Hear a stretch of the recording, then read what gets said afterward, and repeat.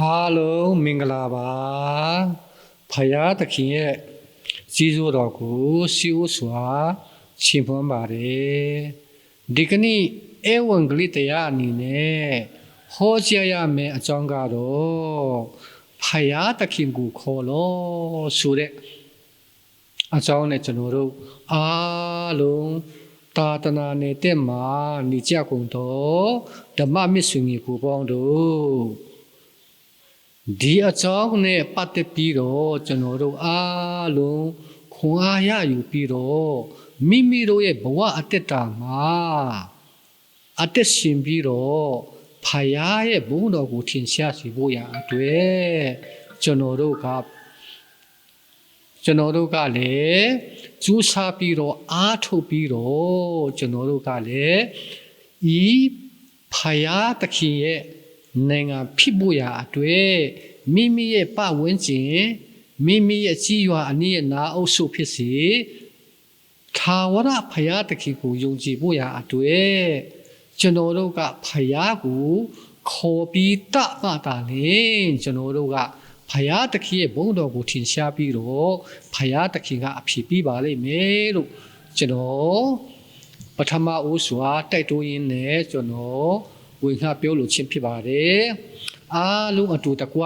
တမန်ကျမ်းစာကိုဖတ်ကြစို့ယေရမိအခန်းကြီး33အငယ်3ကိုအားလုံးအတူတကွဖတ်ကြရအောင်ငါကူခေါ်လို့ငါထူးမီကြီးသောအရာတိမတိနိုင်အောင်နဲ့သောအရာကိုငါပြမည်တဲ့ဖတ်ခဲ့ရသမျှတော့ဖယားသခင်ရဲ့နှုတ်ကပတ်တော်ပေါ်ဖယားသခင်ရဲ့အကောင်းကြီးမင်္ဂလာတက်ရောက်ပါစေအာမင်ဒီကနေ့ချစ်တော်ဓမ္မမစ်ဆွေကြီးကိုပေါင်းလို့သာသနာနေတဲ့ဆိုတဲ့အခါမှာတစ်ချိန်တစ်ခါတုန်းကလည်းကျွန်တော် mission field လို့ခေါ်တဲ့သာသနာနေတဲ့မှာကျွန်တော်6နှစ်6မိုးသာသနာနေတဲ့မှာကျွန်တော်လည်းကျင်လည်ပြီးတော့ဖယားသခင်ရဲ့နိုင်ငံတော်ဖြစ်ဖို့ရာအတွက်ဖယားသခင်ရဲ့နိုင်ငံကိုကျေပြတ်ဖို့ရာအတွက်ကျွန်တော်လည်းဖယားသခင်ကိုခေါ်ပြီးတော့ကျွန်တော်သာသနာပြုခြင်းဖြစ်ပါတယ်ဒါကြောင့်ဒီအကြောင်းအရာလေးနဲ့ပတ်သက်ပြီးတော့ချစ်တော်ဓမ္မမစ်ဆွေကြီးကိုပေါင်းလို့သာသနာနေတဲ့မှာနေကြတော့ယုံကြည်တော်သူများဖြစ်စေပြည်တွင်းမှာရှိကြတော့ယုံကြည်တော်သူများဖြစ်စေပြည်ပမှာရှိကြတော့နေထိုင်ကြတော့ယုံကြည်တော်သူများဖြစ်စေအားလုံးကျွန်တော်တို့ဖယားသခင်ကိုခေါ်ဆူရမှာဖြစ်ပါတယ်ဖယားသခင်ကိုခေါ်ဆူလို့ရှိရင်ဖယားသခင်ကဘာလို့ပြရမှာလဲဖယားသခင်ကကျွန်တော်တို့ရဲ့ခေါ်တန်ကိုကြားတည်ပြီးတော့နားငြောင်းပြီးတော့အဖြစ်ပြီးပါလိမ့်မယ်ချစ်တော်ဓမ္မမစ်ဆွေကြီးကိုပေါင်းလို့သာသနာနေတဲ့မှာယုံကြည်တော်သူအားလုံးကျွန်တော်တို့ဖယားသခင်ကိုအတူတကွကျွန်တော်တို့ခေါ်ကြရအောင်ဖယားသခင်ကိုခေါ်လို့ရှိရင်ဖယားသခင်ကဂရိပြီးထားတော့ဤကျမ်းမှာအခုနာကဖတ်တဲ့ကျမ်းပိုက်မှာကျွန်တော်တို့တွေ့ရပါတယ်အခုနာကျမ်းပိုက်မှာဖယားသခင်ကငါ့ကိုခေါ်လို့ငါထူးပြီတဲ့ကြီးတော့အရာဒီမတိအောင်နဲ့တော့အရာကိုငါပြမည်ဆိုတဲ့ဂရိပြီးထားနေတော့ဖယားသခင်ကျွန်တော်တို့အထဲမှာရှိခဲ့ပါတယ်ဖယားသခင်ဒီအချုပ်အခြာအာနာရှိတော်သူဖြစ်ခဲ့ပါတယ်ဖယားတကာတို့ရဲ့ဖယားလည်းဖြစ်ပါတယ်ဖယားတို့ထဲမှာအကြီးဆုံးတော့ဖယားဖြစ်တဲ့အကြောင်းကိုကျွန်တော်တို့ကျမ်းစာမှာလည်းတွေ့ရပါတယ်ဆာလာနံပါတ်82အငယ်1မှာဖယားတို့စုဝေးကြပြီးတော့အဲ့ဒီအလယ်မှာဖယားတခင်ကမတ်တရပြီးတော့အဲ့ဒီဖယားမြတ်ကိုတရားရှင်တဲ့အကြောင်းကိုကျွန်တော်တို့ကျမ်းစာထဲမှာတွေ့ရတယ်။ဒါဆိုချစ်တော်ဓမ္မမစ်ဆွေကြီးကိုပေါင်းလို့ကျွန်တော်တို့ကဖယားကိုခေါ်လို့ရှိရင်ဖယားကထူးမှာအဖြစ်ပြီးမှာထူးပြီးနဲ့တော့အရာလူသားမြတ်ကျန်ရှိရမမြင်နိုင်တော့နဲ့တော့အရာကိုလည်းငါပြတ်ပြီဆိုတဲ့ဂရိပြီးထားနိုင်တော့ဖယားသခင်ကျွန်တော်တို့ပါကိုယ်ကိုယ်တော့ဖယားဖြစ်တဲ့အတွက်ကြောင့်ကျွန်တော်တို့ကမှီခိုလို့ရှိရင်ယုံကြည်လို့ရှိရင်ကျွန်တော်တို့အဖြေကိုပြီးပြီးတော့ ကျွန်တော်တို့တနည်းကြရင်မိမိတို့ရဲ့ပတ်ဝန်းကျင်မိမိတို့ရဲ့ကြီးရွာမိမိတို့ရဲ့အုပ်စုဒါပြီးတော့မိမိရဲ့မြို့နယ်အတိအကျမှမယုံကြည်ကြတော်သူများဒီတရားကိုမသိရှိတော်သူများဒီဒုနဲ့ဒီရှိခဲ့ပါတယ်ထူသူများကိုကေတင်စင်တရားကိုရရှိဖို့ရန်အတွေ့ပထမဦးစွာကျွန်တော်တို့ကဟောပြောပြီးမှဝိငှပြီးမှကြားတီးပြီးမှတာလေသူတို့ကလက်ခံယုံကြည်နိုင်မှာဖြစ်ပါတယ်ဒါကြောင့်ကျွန်တော်တို့ကိုဖယားခေါ်တယ်ဆိုတဲ့ခါမှာဖယားတခင်နဲ့အဆက်အသွယ်ပြုလုပ်ခြင်းဖြစ်ပါတယ်ဒါပြီးတစ်ဖက်နဲ့ပြောရမယ်ဆိုရင်ဖယားတခင်နဲ့အဆက်အသွယ်ပြုပြီးတော့ဖယားတခင်နဲ့စကားပြောခြင်းဖြစ်ပါတယ်ဒါပြီးတော့ဆုတောင်းခြင်းလည်းဖြစ်ပါတယ်အဲ့ဒီအနှစ်ဒိဗေကတော့ဒါကြောင့်ကျွန်တော်တို့ကဖယားကိုခေါ်ဆိုရမယ်ကျွန်တော်တို့ကအစကျွန်တော်တို့ကလှုပ်ရှားရမယ်ကျွန်တော်တို့ကလှုပ်ရှားမှတာလေဖယားကလည်းကျွန်တော်တို့ရဲ့ခေါ်တံကိုကြားတိပြီးတော့နားညောပြီးတော့အဖြစ်ပြီးမှဖြစ်ပါတယ်ဒါကြောင့်ချစ်တော်ဓမ္မမင်းဆွေကြီးကိုပေါင်းတို့သူ့ချိန်သူ့ခေတ်ကာလမှာဇရမိဖယားတခင်အတုပြုထားသောပရောဖက်တယောက်ဖြစ်ပါတယ်တုတ်တော်လေးပဲသူထောင်ကြတဲ့အခါမှာသူလေထောင်မှာခေတ္တသူဖယားကိုမိသွားတယ်မိတဲ့ခါမှာဖယားကိုမတဘူးထောင်ထဲမှာရောက်ခဲ့တယ်တုတ်တော်လေးပဲသူဖယားထံကိုမခေါ်ဘူးဖယားကိုလည်းမခေါ်ဘူးမခေါ်တဲ့ခါမှာဖယားကလည်းမထူဘူးအဲ့လိုဖြစ်တဲ့အတွက်ကြောင့်ဖယားတခင်အတုပြုထားတော့ပရောဖက်တယောက်ဖြစ်တဲ့အတွက်ကြောင့်သူ့ရှင်မှာရောက်လာခဲ့တော့အကြောင်းအရာကတော့ခုနကဖတ်တဲ့ကျမ်းပိုက်ကိုဖယားတခင်ရဲ့နှုတ်ကနေထွက်လာတော့နှုတ်ကပတ်တော်ဖြစ်ပါတယ်ဒါကြောင့်ဖယားတခင်ကငါ့ကိုခေါ်လို့ငါထူးမည်တဲ့ကြီးတော့အရာဒီမတိအောင်နဲ့တော့အရာကိုငါပြတ်မည်တဲ့အဲ့လိုဖယားတခင်ကအဲ့ဒီသူ့အတုံးပြုထားသောပရောဖက်သူ့ရဲ့အမှုတော်ကိုထမ်းဆောင်တော်သူအဲ့ဒီဇရမိထံသူပြောလိုက်တဲ့အခါဇရမိကလည်းတရိယာပြီးတော့ဆိုပြီးတော့သူဆုတောင်းပြီးတော့သူဖယားကိုခေါ်ပြီးတော့ဖယားကိုတပြီးတော့သူထောင်ကနေလွတ်မြောက်တဲ့အကြောင်းကိုကျွန်တော်တို့ကျမ်းစာထဲမှာတွေ့ရတယ်။ဒါကြောင့်ချစ်တော်ဓမ္မမင်းဆွေကြီးကိုပေါင်းတို့အားလုံးနှစ်ရှင်နဲ့အတ္တတာကျွန်တော်တို့ဘဝမှာကျွန်တော်တို့ကဖယားတခင်ကိုခေါ်ရမယ်။ဖယားတခင်ကိုခေါ်လို့ရှိရင်ဖယားတခင်ကငါထူးမည်ဆိုတဲ့ဂရိပြီးထားတော်သူဖယားကိုကျွန်တော်တို့ထဲမှာရှိပါတယ်။ချစ်တော်ဓမ္မမင်းဆွေကြီးကိုပေါင်းတို့ကျွန်တော်တို့မပူပါနဲ့လူသားများဒီမိမိတို့အသက်ရှင်တဲ့ဘဝကာလမှာအတ္တတာထဲမှာကျွန်တော်တို့လူသားများဆိုတော့လူအပ်တဲ့အရာမြောက်များဆိုရှိခဲ့ပါတယ်အဲ့ဒီအရာကိုရရှိဖို့ရအတွက်ကျွန်တော်တို့ဖယားကိုခေါ်ပြီးဖယားကိုတပြီးတော့ဆုတောင်းလို့ရှိရင်ဖယားကကျွန်တော်တို့လူအပ်သောအရာများကိုကျွန်တော်တို့ကသူ့ရဲ့ဘုန်းတကူတော်အဖြစ်ကျွန်တော်တို့ကိုပြီးရမှာဖြစ်ပါတယ်ဒါကြောင့်ချစ်တော်ဓမ္မမင်းဆွေကြီးကိုပေါင်းတို့သာသနာနဲ့တက်မှနေကြတော့ဓမ္မမင်းဆွေကြီးကိုပေါင်းတို့ဤတရားတော်ကိုတန်တရားစိတ်မရှိဘဲနဲ့အဲ့ကမလွယ်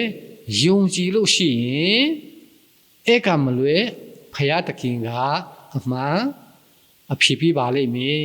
တန်တရားမရှိပါနဲ့ယုံကိုယ်သာယုံပါလို့ကျွန်တော်တိုက်တွန်းရင်းနဲ့အားပေးရင်းနဲ့ဒီဖယားတခင်ရဲ့နှုတ်ကပတ်တော်ကိုကျွန်တော်ဝင်ခလို့ချင်းဖြစ်ပါတယ်ဒါကြောင့်ချစ်တော်ဓမ္မမင်းဆွေကြီးကိုပေါင်းတို့ဒီအတက်တာလေးတဲ့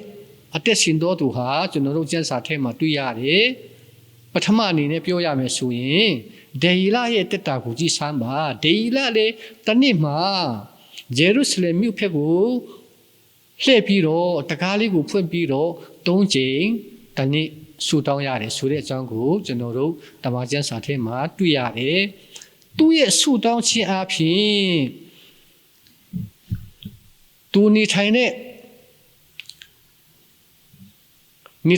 တိုင်းနိုင်ငံကိုဖယားသခင်ကသူ့ဆုတောင်းတန်ကိုကြားပြီးနားယောင်ပြီးတော့အားလုံး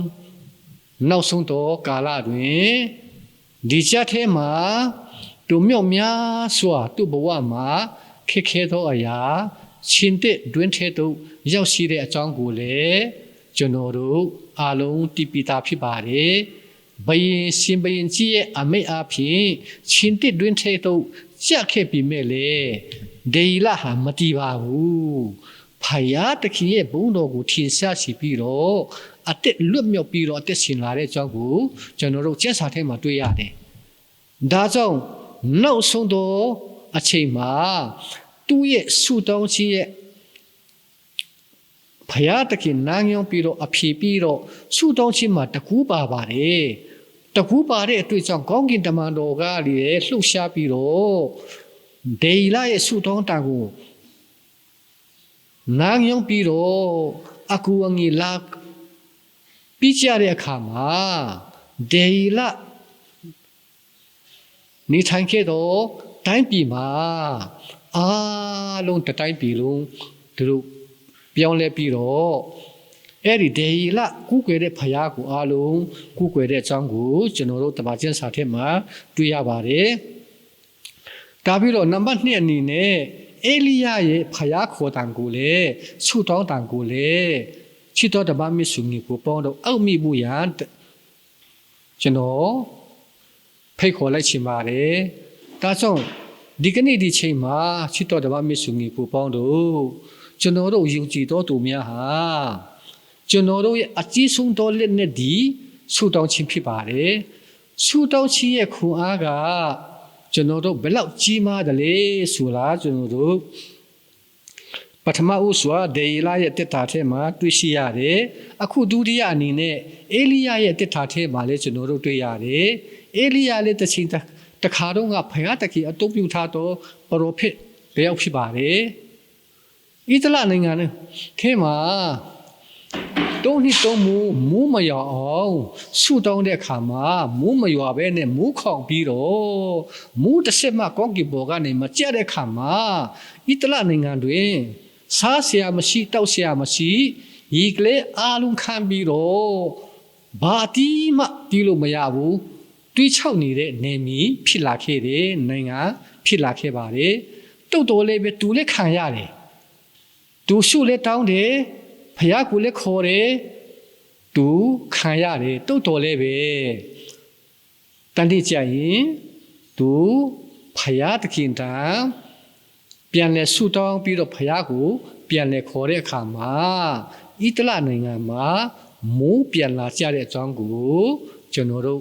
ကျမ်းစာထဲမှာတွေ့ရပါတယ်ဒါကြောင့်ချစ်တော်တပတ်မြတ်ဆွေကြီးကိုပေါင်းတော့တာတနာနဲ့တက်မှာနေကုန်ကြတော်သူဖြစ်စီပြည်တွင်းမှာယုံကြည်တော်သူအားလုံးဖြစ်စီပြပမှာနေကြတော်ယုံကြည်တော်သူများအားလုံးဖြစ်စီကျွန်တော်တို့ကနှစ်စဉ်နဲ့အတက်တာကျွန်တော်တို့ရဲ့ဘဝထဲမှာဖယားကိုခေါ်လို့ရှိရင်ဖယားကထူးမီဖယားကအဖြေကိုပြီးပါလိမ့်မယ်ဒါကိုတန်တရားစိတ်မရှိပါနဲ့မယုံမချီနဲ့လည်းမရှိပါနဲ့ယုံကိုသာယုံပါကျွန်တော်တို့ယုံလို့ရှိရင်အဲ့ဒီယုံကြည်ခြင်းနဲ့ခြေလှမ်းကိုလှမ်းလို့ရှိရင်ကျွန်တော်တို့အတ္တဘဝကိုပြောင်းလဲပြီးတော့ဖယားတခင်ရဲ့ဘုန်းတော်ကိုထီကိုထင်ရှားရမှာဖြစ်ပါတယ်ဒါကြောင့်ချစ်တော်တပါးမြတ်ရှင်ကြီးကိုပေါင်းလို့ကြီးယရမယလေ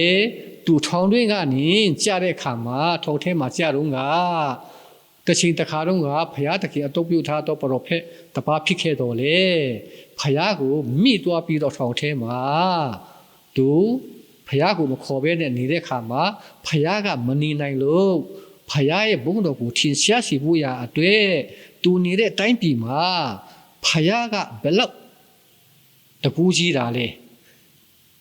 ဖယားကဘယ်လောက်ဆွမ်းဆောင်နိုင်တော့ဖယားဖြစ်တယ်လေဆိုတဲ့သူတို့တိုင်းပြည်နားလေတဘောပေါက်ဖို့ရာအတွက်ယေရမိကိုအတုပ်ပြုထားပြီးတော့ဖ ဖယားကိုခေါ်တဲ့အခါမှာဖယားကထူးပြီးတော့နဲ့တော့အရာကိုသူနေထိုင်တဲ့တိုင်းပြည်မှာကြာရောက်ခဲ့ပြီးတော့အားလုံးအတက်တော်အတက်တာရရှိတဲ့အကြောင်းကိုကျွန်တော်တို့တွေ့ရပါတယ်။ဒါကြောင့်ချစ်တော်ဓမ္မမစ်ရှင်ကြီးကိုပေါင်းတို့အားလုံးကျွန်တော်တို့နှစ်ရှင်နဲ့ကျွန်တော်တို့ဘဝရဲ့အတက်တာထဲမှာဤကဘာမီကြီးမှာကျွန်တော်တို့ရှိနေတဲ့အချိန်မှာကျွန်တော်တို့ကဖယားကိုနှစ်ရှင်ခေါ်ရမည်ဖယားကလည်းထူပြီးရမှာဖြစ်ပါတယ်ထူပြီးကြည်တော်အရာနဲ့တော့အရာကိုလည်းဖယားတခင်ကငါပြမည်ဆိုတဲ့ဂရိပိထားနိုင်တော့ဖယားကိုကျွန်တော်တို့ဧကမလွယ်ကျွန်တော်တို့ယုံကြည်လက်ခံခေါ်ဆိုလို့ရှိရင်ဖယားတခင်ရဲ့နိုင်ငံတော်ဖယားတခင်ရဲ့နေမီမြောက်များစွာတူးပွားလာမှာဖြစ်ပါတယ်မြန်မာတပြည်ကြီးလုံးကြီးကိုလည်းတဏှိကြရင်ဖယားတခင်ဟာအမေအာနာရှိတော်သူဖြစ်ခဲ့တဲ့အတွက်ကြောင့်ဖယားတကာတို့ရဲ့ဖယားဖြစ်တဲ့အတွက်ကြောင့်တဏှိကြရင်မြန်မာပြည်ကြီးလည်းဖယားကိုကူးကွယ်တော်သူဖယားကိုယုံကြည်တော်သူဖြစ်လာပါလိမ့်မယ်လို့ကျွန်တော်တို့ခေါ်ဆိုပြီးတောင်းဆိုလို့ရှိရင်ဖယားကအဖြစ်ပြီးပါလိမ့်မယ်ဆိုတဲ့အကြောင်းကိုခွန်အားဝေငှပေးရင်းနဲ့ကျွန်တော်အားလုံးကျွန်တော်ခရစ်တော်ရဲ့နာမတော်အားဖြင့်ကျွန်တော်ဖိတ်ခေါ်လိုက်ပါတယ်ဒီကနေ့ဝေငှခဲ့တော့ဖယားတခင်ရဲ့နှုတ်ကပတ်တော်အပေါ်ဖယားတခင်ရဲ့အကောင်းကြီးမင်္ဂလာတက်ရောက်ပါစေအာမင်